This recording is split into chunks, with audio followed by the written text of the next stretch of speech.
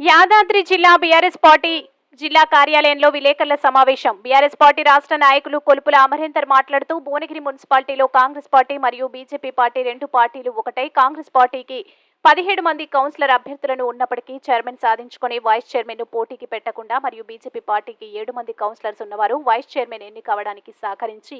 గత అసెంబ్లీ ఎన్నికల్లో BJP party వార్డుల్లో కాంగ్రెస్ పార్టీకి మద్దతు తెలిపి కాంగ్రెస్ పార్టీకి ఎక్కువ ఓట్లు వచ్చి కాంగ్రెస్ విజయం సాధించడానికి బీజేపీ మద్దతు ఇచ్చినందుకు ప్రతిఫలంగా ఈ రోజు కాంగ్రెస్ పార్టీ బీజేపీ పార్టీ యొక్క రుణం తీర్చుకోవడం జరిగింది. కాంగ్రెస్ పార్టీ ప్రతి సభలో మాట్లాడుతూ బీఆర్ఎస్ పార్టీ బీజేపీ పార్టీ ఒకటే అని అసత్యపు ప్రచారం చేయడం ప్రజలందరూ చూస్తూ ఉన్నారు. ఈ రోజు భువనగిరి మున్సిపాలిటీలో జరిగిన కాంగ్రెస్ బీజేపీ పొత్తును ప్రజలు ప్రత్యక్షంగా చూస్తూ ఉన్నారు. కాబట్టి భువనగిరి నియోజకవర్గ ప్రజలందరూ గమనించవలసిందిగా విజ్ఞప్తి చేస్తూ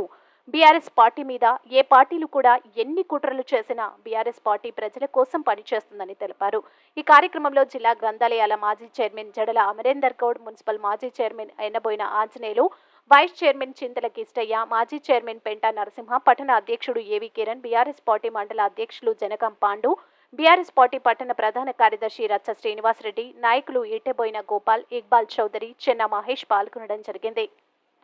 చైర్మన్ లాంటి వ్యక్తి ఒక మంచి స్వామ్యుడు అన్ని నిజంగా చెప్పాలంటే మార్నింగ్ నుండి ఒక చిన్న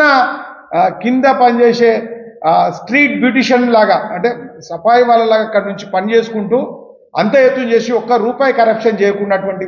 ఒక చైర్మన్ని దింపడం, ఒక మచ్చలేనటువంటి నాయకుని దింపడం ఇలా బీజేపీ పార్టీ జ్ఞానం, శీలం, ఏకత అని చెప్పే బీజేపీ పార్టీకి జ్ఞానం ఏడుందో, శీలత ఏడుందో, ఏకత ఏడుందో అనేది